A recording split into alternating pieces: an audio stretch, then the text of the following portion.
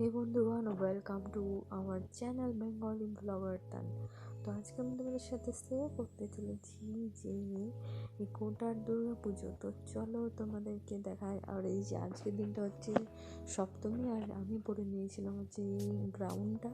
তো এই যে দেখছো, এইভাবে আমি রেডি হয়েছিলাম, কারণ এইবার রাজস্থানের কোটায় আমার ফার্স্ট দুর্গা পুজো ছিল।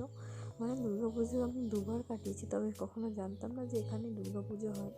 তো এই যে দেখো, আমি রেডি হয়ে গেছিলাম, তারপরে আমরা বেরিয়ে পড়েছিলাম হচ্ছে ছাউনির উদ্দেশ্যে। এখানে কোটার যেখানে দুর্গাপুজো হয়, মানে অনেক বছর ধরে, যেটা আমরা আগেও জানতাম, সেটা হচ্ছে ছাউনি। তো এই যে এটা হচ্ছে ছাউনি বেঙ্গলি কলোনি, মানে যেখানে বাঙালিরা বেশিরভাগ থাকে। তো এখানে সেই জন্যই দুর্গাপুজোটা বড় করে আয়োজন করা হয়। তো এই যে দেখো, এই এসে গেছিলাম এখানে। তো এখানে আসার পরে একটুখানি আরতি হচ্ছিল, অনেকে সকলেই ডান্স করছিল, গানে ধনুচি নাচ হচ্ছিল। তো দেখো, ঠাকুরটা কিন্তু খুব সুন্দর বানিয়েছে একদম। এখানে এসেই মনে হচ্ছিলো যেন সেই বাড়ি, আমাদের পশ্চিমবঙ্গে যেরকম দুর্গাপুজো হয় ঠিক সেই গন্ধ, সেই আমেজ একদম বাঙালিয়ানা এখানে এসেই। তো এই যে আমরা একটুখানি এখানে ডান্স দেখে নিয়েছিলাম, ধনুচি নাচ। তারপরে আস্তে আস্তে আমরা যেতে যেতে কিন্তু এখানে সন্ধ্যা আরতি যেটা হয় সেটা কিন্তু হয়ে গেছিলো। এখানে সবাই নিজের নিজের মতো করে এনজয় করছিল। তো বেশ ভালোই লাগছিল দেখতে, দেখেও তো মনে একটা শান্তি হয়, সেটা তো হচ্ছিল আর কি। তো এই বছর আমি সপ্তমী ষষ্ঠীর দিন প্রথমে দেখে এসেছিলাম যে হ্যাঁ পুজো হয় কি না। তারপর সপ্তমীর দিন রেডি হয়ে গেছিলাম, অষ্টমীর দিন যাওয়া হয়নি কোনো একটা কারণের জন্য। তারপর নবমী ও দশমীর দিনেও আমরা গেছিলাম। তো এই যে আমার ছেলে দেখো, ও তো খুব মজা করছিল, গান বাজছিল, আরও ছোটো ছোটো বাচ্চারা খেলছিল, তাদের সাথেও খেলা করছিল। খুব সুন্দর সত্যি।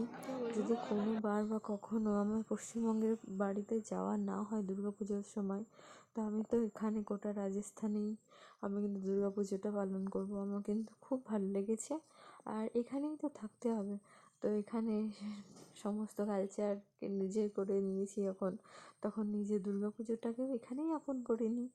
যদি কোনো কারণে না যাওয়া হয়ে যায় বাড়িতে, তো এখানেই সেটা উপভোগ করে নেব। তো চলো তোমাদের সাথে আমি সমস্ত ভিডিওটা শেয়ার করছি। এই ভিডিওর মধ্যেই তোমরা সপ্তমী, অষ্টমী নয়, নবমী দশমী সমস্ত ভিডিওগুলো তোমরা পেয়ে যাবে। আর আলাদা করে আমি কোনো ভিডিও দেবো না, এটাতেই তোমরা সকলেই দেখতে পারবে। তো এই যে এখানে আমরা প্রায় আধা ঘন্টা মতো দাঁড়িয়েছিলাম। এরপরে একটা ডান্স হচ্ছিল ঢাকের তালে, যে গানটা, এই যে গানগুলো তো তোমাদের সাথে শেয়ার করা যাবে না, কারণ কপিরাইট লেগে যায়।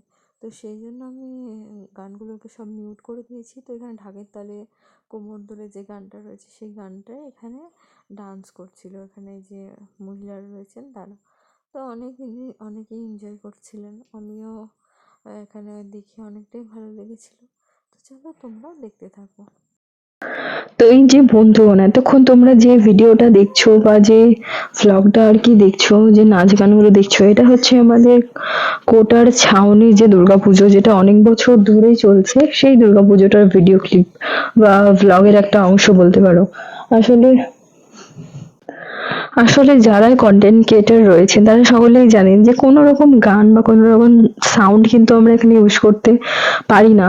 যদি কোনো ফ্রি যেটা আর কি থাকে, যে কপিরাইট ফ্রি কোনো গান বা কোনো টিউন, সেগুলো যদি আজকাল ইউজ করছি তাতেও কিন্তু কোনো না কোনো কপিরাইট লেগে যাচ্ছে। এর থেকে বেটার অপশন এটাই হবে যে নিজের ভয়েসে নিজে মানে আর কি করো। তো এই যে এখন যেটাই আমরা প্রবেশ করছি, এটা হচ্ছে আমাদের কোটার যেটা স্টেশন এরিয়া রয়েছে সেখানকার দুর্গাপুজো। এখানে আমরা ষষ্ঠীর দিন ভিজিট করেছিলাম। ষষ্ঠীর দিন প্রথম আমরা জানতে পারি যে এখানে কোটাতে আমাদের বাড়ির কাছেই কিন্তু দুর্গাপুজো হয়। তারপরে আসল রহস্যটা তখনই ফাঁস হলো যখন আমি পুরোহিত মশাইয়ের কাছে গেলাম। পুরোহিত মশাইয়ের কাছে যাওয়া মাত্রই আমাকে তিনি বললেন যে এই পুজোটা আসলে 1 বছর বা 2 বছরের নয়, এই পুজোটা হচ্ছে গত 30 বছর ধরে এটা কন্টিনিউ চলছে। তখন ছোট করে হতো, এখন ধীরে ধীরে যেমন লোক বাড়ছে, পিপল বাড়ছে, সেরকম আর কি পুজোটা আরো অ্যামাউন্টও বাড়ছে আর পুজোটাও আরো বড়ভাবে হচ্ছে। তো এখানে প্রত্যেক দিন কিন্তু একটা না একটা কোনো ফাংশন ছিলই, আর রোজ খাওয়া দাওয়াও ছিল। শুধু দশমী আর নবমীর দিনে কিন্তু কোনো খাওয়া দাওয়া ছিল না। তবে আমি যবে থেকেই যাচ্ছি, ষষ্ঠীর দিন থেকে, তবে থেকেই কিন্তু এখানে চায়ের ব্যবস্থা দেখলাম খুব সুন্দর রয়েছে। আর অনেক অনেক নন বেঙ্গলি যারা এসেছিলেন তারা কিন্তু শুধু একটাই উদ্দেশ্যে এসেছিলেন যে খাবার দেওয়া হচ্ছে কিনা। তো আমাকে সবাই এটাই জিজ্ঞেস করছিল, আমি শুধু একটাই বললাম যে আমিও তোমাদের মতো কিন্তু কিছুই জানি না। প্রথম দিন যখন আমি এখানে এসে জিজ্ঞাসা করি পণ্ডিত মশাইকে, বা যিনি ব্রাহ্মণ ছিলেন, পূজারী ছিলেন, তো উনি বললেন যে আমি বহরমপুর থেকে এসেছি। আসলে আমি এটা জানতাম না যে আমার এই জন্মভূমির দেশ বা শহর থেকে কোনো পণ্ডিত এখানে এসে পুজো করছে। দেখো এত বাড়ির কাছে মানুষের ছোঁয়া পেলাম। তো তারপরে রোজই আসতে থাকলাম আমি, কারণ এইবার দুর্গাপুজোটাও আমার বাড়িতে কাটানো হয়নি, সেই জন্য যদি কোনো বছর যাওয়া না হয় তো এখানেই থেকেই নিজের মনটাকে সান্ত্বনা দেওয়া যাবে। সান্ত্বনা ঠিক নয়, যে ভালোবাসাটা আমরা ওখানে গেলেও পাই, ঠিক সেই ভালোবাসাটা এই দুর্গাপুজোতেও কিন্তু আমরা পেয়েছি। কিন্তু আমাদের ওখানে যেটা প্যান্ডেল হপিং হয় সেটা কিন্তু এখানে নাই বা পেলাম। তবে কিন্তু খুব সুন্দরভাবে এই বছরের দুর্গাপুজোটা আমি এবং আপনারা সকলেই এনজয় করবেন ভিডিওটা দেখে। অবশ্যই ভিডিওটা দিতে আমার অনেকটাই দেরি হয়ে গেছে। পুজো আমাদের সেপ্টেম্বরে ছিল, আর আমি ব্লগটা অবশ্যই তোমাদের সাথে নভেম্বরের লাস্টের দিকে শেয়ার করছি। তো কিছু কারণবশত আমি ভিডিওগুলোকে এডিট করতে পারিনি, ভয়েস ওভার দিতে পারিনি, সেই জন্য আমার দেরি হয়ে গেছিল। তো প্লিজ সকলেই পুরো ভিডিওটা একদম লাস্ট থেকে দেখবে, লাস্ট পর্যন্ত দেখবে, এবং লাইক কমেন্ট শেয়ার অবশ্যই করবে। তোমরাও দেখো এবং তোমাদের বন্ধুদেরও শেয়ার করে দাও, যাতে মানুষ সকলেই দেখতে পায় এবং খুব ভালোভাবে তা এনজয় করে। তো এখানে ব্যানারও দেখো, যেরকম আমাদের দুর্গাপুজো লাগানো থাকে বাংলায় লেখা থাকে, এখানে কিন্তু হিন্দিতে লেখা রয়েছে শ্রী শ্রী সর্বজনীন দুর্গাপূজা উৎসব। তো এই যে দেখো, এটা খুব সুন্দর, এটা এন্ট্রি গেট যেটা, সেটা বানানো হয়েছিল। আর আমি এইভাবেই, তো চলো বন্ধুগণ, আজ হচ্ছে সপ্তমী। তো সপ্তমীর দিনের লুক বা অষ্টমীর দিনের লুক বা নবমী দশমীর দিনের লুকগুলো আমাদের সাথে শেয়ার করি। তো সপ্তমীর দিন ওই যে আমি রেডি হওয়া পর্যন্ত ছবিটা দিয়েছিলাম। তারপরে এই যে এটা ছিল হচ্ছে তোমার নবমীর দিন। অষ্টমীর দিনটা আসলে আমাদের বাড়িতে কিছু গেস্ট এসে যাওয়ার কারণে আমরা অষ্টমীর দিনে আসতে পারিনি, বা কোনো মণ্ডপে আমরা কিন্তু এই বছর মানে এই বছরে অষ্টমীর দিন যেতে পারিনি। তো এই যে দেখো, সেদিন কিন্তু খুব বড় একটা প্রোগ্রাম ছিল নবমীর দিন, এবং নাচ গান সব কিছুই হচ্ছিল। আর দশমীর দিন তো আমরা সন্ধ্যেবেলায় যখন গেছিলাম তখন সিঁদুর খেলা, মাকে বরণ এইসবই চলছিল। আর নবমীর দিনটা পুরোটাই কিন্তু প্রোগ্রাম প্রোগ্রাম আর প্রোগ্রাম। ছোটদের নাচ, নিজেদের বাংলা ভাষায় অন্যদের গান, সব কিছুই তোমাদের সাথে আমি অবশ্যই চেয়েছিলাম যে শেয়ার করি সেগুলো, কিন্তু সেগুলোর টিউন বা গানের জন্য আমি তোমাদের সাথে শেয়ার করতে পারছি না। আসলে কপিরাইট ক্লেম করতে হবে, এই কারণে এর থেকে কপিরাইট না নেওয়াই ভালো।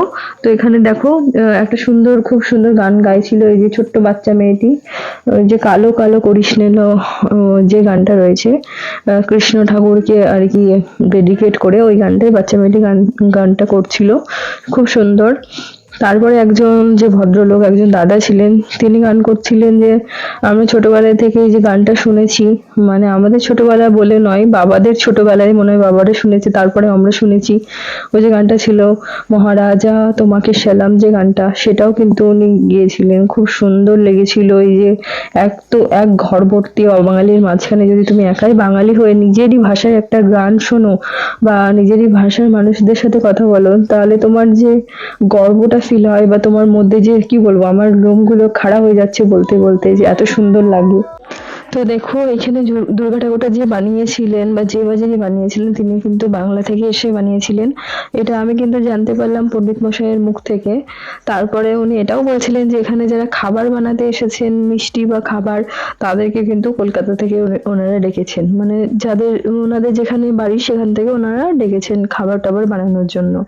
তো এই যে দেখো, আমার ছেলে কিন্তু খুব সুন্দর, ওর খুব মজা লাগছিল, খেলে বেড়াচ্ছে, সকল ছোট ছোট বাচ্চাদের সাথে খেলছে, বসার জন্য চেয়ার নিয়ে আসছে, ও খুব এনজয় করেছে। তবে আমরাও করেছি, ও বাচ্চা মানুষ, ও করেছে। তো এই যে দেখো, এখানে তোমরা সমস্ত কিছুই, তোমাদের সাথে অন্য কিছু সাউন্ড বা কিছু শেয়ার করার আগে কিন্তু আমি ভাবতে হচ্ছে 10 বার, কারণ ভয় লাগছে যে কপিরাইট না লেগে যায়। তো এখানে দেখো, এখানে যে গানটায় ডান্স হচ্ছিল সেটা হচ্ছে তুনে পায়েল হে ছনকাই, যে গানটা ছিল সেই গানটা এখানে ডান্স হচ্ছিল। তো এটা মা মেয়ে ছিল নাকি টিচার স্টুডেন্ট ছিল সেটা জানি না, খুব সুন্দর কিন্তু এনারাও ডান্স করেছেন। তো একই একে একে ডান্স, তারপরে একটা প্রোগ্রাম ছিল যেটা 11টা থেকে শুরু হওয়ার কথা ছিল, সেটা হচ্ছে মহিলাদের একটা নাটক। কিন্তু 11টা অনেকটা দেরি হয়ে যাওয়ার কারণে বাচ্চাকে ঘুমানোর ব্যাপার রয়েছিল, সেজন্য আমরা তাড়াতাড়ি বাড়ি চলে এসেছিলাম। লাস্ট একটা যেটা হনুমান চালিশা অনেক মেয়েরা মিলে যেটা ডান্স করেছিল সেটা দেখার পরে আমরা বাড়িতে এসে গেছিলাম। তো দেখো, তোমরাও দেখতে থাকো এবং লাইক কমেন্ট অবশ্যই শেয়ার করো। নিজেরা এই যে এই দাদাটা গিয়েছিল মহারাজা তোমাকে সালাম গানটা, খুব সুন্দর গেয়েছিল গানটা, খালি গলায়, খুব সুন্দর। তো তোমাদের কি ধরনের ভ্লগ বা কি ধরনের কন্টেন্ট তোমরা দেখতে পছন্দ করছো বেঙ্গলি ব্লগার তান চ্যানেলে, অবশ্যই কিন্তু কমেন্ট করো। এবং প্রত্যেকটা ভিডিও দেখার পরে অবশ্যই একটা সুন্দর কমেন্ট তোমরা অবশ্যই সকলেই করবে, কারণ এতে কিন্তু আমাদের ভালো লাগবে যে আরো ভিডিও আমরা দেওয়ার ইচ্ছা প্রকাশ হবে। এইভাবে কিন্তু আমরা কিন্তু একটা অনুভূতি জাগবে যে না, এরা সকলেই আমাদের সাথে সাপোর্ট করছে এবং আমাদেরকে ভালো ভালো কমেন্ট করছে, সেই কারণে আমরা তোমাদের জন্য নতুন নতুন কন্টেন্ট নিয়ে আসবো। আর এইখানে দেখো, এই দাদা দিদিটা যে ডান্স করছিল সেটা হচ্ছে ঢাকের তালে কোমর তালে গানটা যেটা রয়েছে সেটাই ডান্স করছিল। তো এনারাও কিন্তু খুব সুন্দর ডান্সটা করেছিলেন, সকলে খুব সুন্দর পারফর্ম করেছে।